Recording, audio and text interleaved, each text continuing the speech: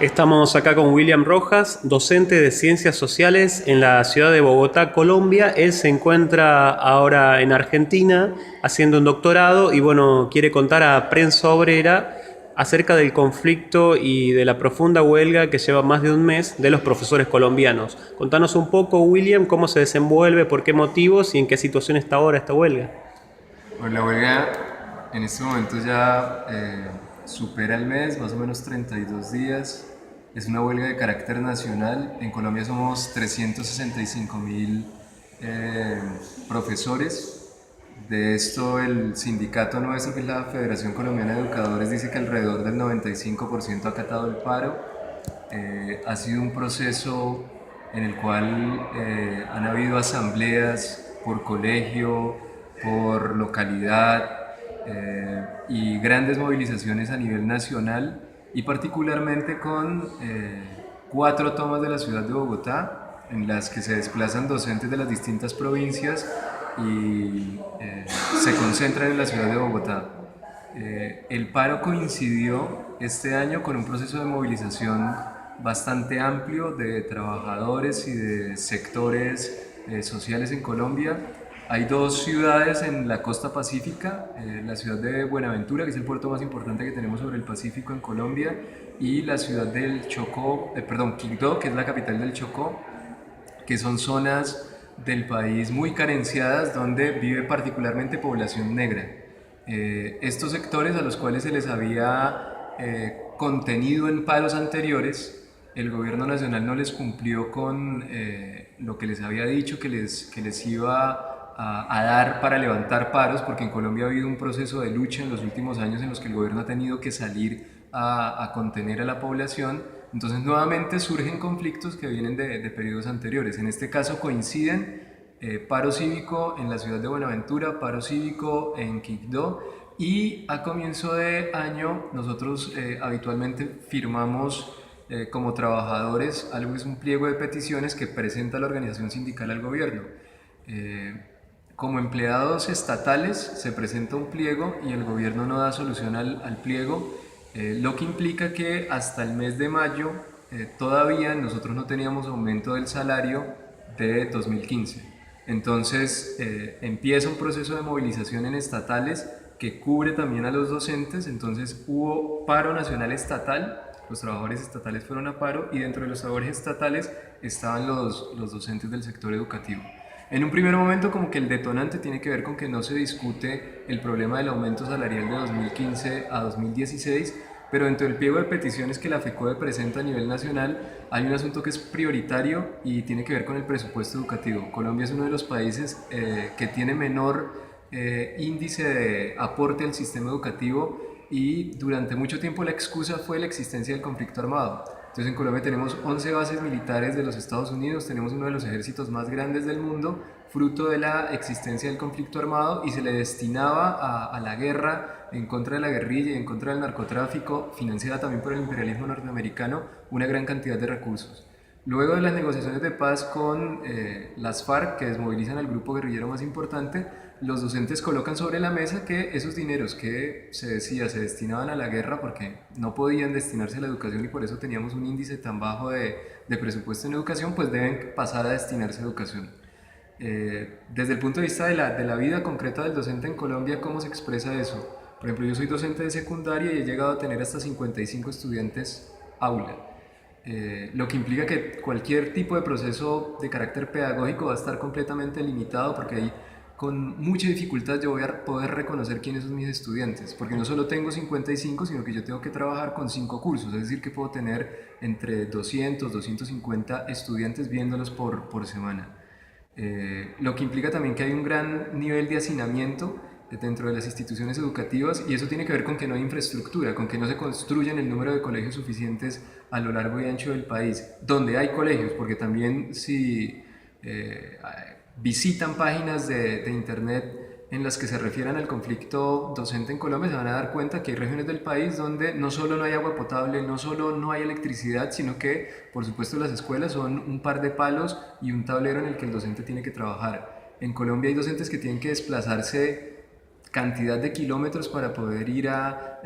esas escuelas que realmente no son escuelas, sino que son cualquier cosa en medio de la montaña. Entonces, cuando nosotros decimos que se tiene que invertir más en educación, lo que estamos diciendo, se tienen que construir colegios, se tienen que mejorar las condiciones de los docentes dentro de la institución, pero también fundamentalmente de los estudiantes. Yo, como docente de secundaria, he tenido estudiantes que se desmayan por hambre literalmente en clase. Entonces, que el gobierno subsidie la posibilidad de que estos chicos se alimenten bien, que haya restaurantes escolares que efectivamente les den suplementos alimenticios, nutritivos, que sean adecuados para ellos, también es una exigencia nuestra. Sí, vos recién comentabas que se dio una huelga de conjunto de los trabajadores estatales. ¿Cómo es la relación no solo de los otros trabajadores estatales, sino del resto de los trabajadores de Colombia frente a esta huelga y en general la relación con las patronales por sus reclamos y con el gobierno en el marco de la situación política después, bueno, también del fracaso del intento de pacto entre el gobierno y la FARC? Bueno, realmente el acuerdo de negociación con las FARC que conduce a la desmovilización del grupo guerrillero, en todo caso avanza, a pesar de que en el referéndum se vote que no, porque el gobierno nacional, el ejecutivo, tenía posibilidad de seguir adelante con el proceso. Entonces hubo una negociación con el sector que representaba el no, que estaba a la cabeza del expresidente Álvaro Uribe. Hacen un proceso de negociación que tiene altas y bajas, pero al final el proceso sigue, es decir, que la guerrilla en este momento se está desmovilizando. Justo la semana anterior estuvieron entregando como el primer componente de armas importante en el proceso de desmovilización. En relación a los estatales, había sido muy difícil en los últimos años desarrollar un proceso que unificara las luchas. En este caso se logra que el paro estatal coincida con el docente. Sin embargo, no hay una política de la dirección sindical que vaya realmente hacia allá. Por ejemplo, perfectamente se había podido realizar una unificación de las luchas en el departamento del Chocó, de las luchas en el puerto de Buenaventura, con el paro docente y con el paro de los trabajadores estatales, y el directivo de la Federación Colombiana de Educadores salió literalmente a decir: no tenemos que ponerle más cebo al caldero, como para decir, no tenemos por qué ir a ese proceso de unificación porque va a producir un proceso de desestabilización superior en el país y no estamos interesados en eso. Entonces eso lo dijo públicamente, es decir, fue parte de la política que la dirección sindical ha tenido en los últimos años, pero en este caso hay que decir también que seguramente los docentes en Colombia reivindican que la dirección sindical ha tenido una política que refleja un poco más los intereses en particular de los docentes, porque nosotros venimos de un proceso largo de paros, es decir, yo entro al magisterio oficial en Colombia en 2010, de 2010 para acá debo haber participado en unos 5 paros y en 2 de ellos tuvimos luchas antiburocráticas muy profundas. En el paro de 2015, que fue el último en el que participé antes de venir a la Argentina, nos tomamos el palco, se sacó a la burocracia, habían 25.000, 30.000 personas en ese proceso de lucha y ya habíamos hecho lo mismo en el paro anterior. Entonces me parece que en este caso la dirección sindical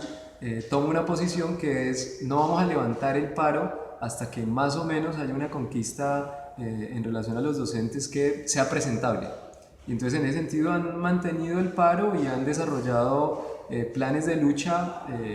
que se informan previamente a los docentes, que permiten que el docente exprese lo que está pensando y lo que está sintiendo. Y en ese sentido deben haber muchos en Colombia, compañeros ahora, que reivindican la dirección sindical. Ahora, lo que me parece que todavía no está es que casi siempre las líneas son de arriba hacia abajo. Es decir, hay procesos de asamblea, pero las asambleas son informativas, no son asambleas en las cuales los docentes tengan la posibilidad de decidir. Sí, justamente con esto de las asambleas, bueno, vos nos contabas que ayer hubo una asamblea importante que tenía un carácter de vincular a los docentes con los padres y con las comunidades, buscando una adhesión también del conjunto de la ciudadanía al paro. Bueno, te quería preguntar cómo se habían desenvuelto esas asambleas el día de ayer y también, para ir cerrando, qué perspectivas tiene el paro y exactamente, como para resumir, cuáles serían los principales puntos en reclamo. Yo creo que hay un asunto, también lo planteó el presidente del sindicato, y era que en Colombia se podía hacer un paro cívico nacional teniendo como eje a los docentes porque hay escuelas en cada pueblo, hay colegios en cada barrio y en ese sentido los docentes pueden articular un proceso de lucha importante en el país. Tampoco fue la política de la dirección sindical, pero formalmente existía la posibilidad de las asambleas en los barrios. Muchos docentes en el país hacen la tarea. Particularmente yo trabajo en una localidad de la ciudad de Bogotá que se llama Bosa, ahí en un sector, en una UPZ, que es como una localidad dentro de la localidad, se hizo un proceso asambleario con padres de familia y el apoyo ha sido muy importante porque yo creo que el asunto de decirle al padre de familia, mire, es que nosotros no estamos peleando exclusivamente por nuestro salario, sino que queremos que el niño tenga una mejor educación, queremos que se construyan más colegios, compromete al docente con el paro. Pero también hubo sectores dentro de los docentes que le planteaban al padre de familia, nosotros también queremos que su salario sea un salario mejor, nosotros queremos que usted tenga condiciones dignas de trabajo, que los contratos que se den no sean contratos basura como los que en este momento vinculan a un trabajador 3 meses y luego lo sacan. Entonces, en ese sentido, el proceso de movilización en los barrios fue importante a pesar de que fue una política limitada desde la dirección sindical. Y en relación al paro, me parece que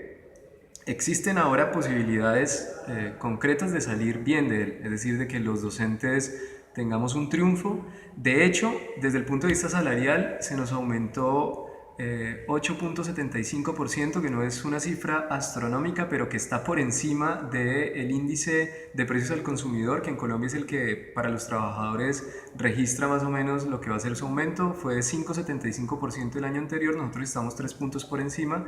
En ese sentido hay una ganancia en relación a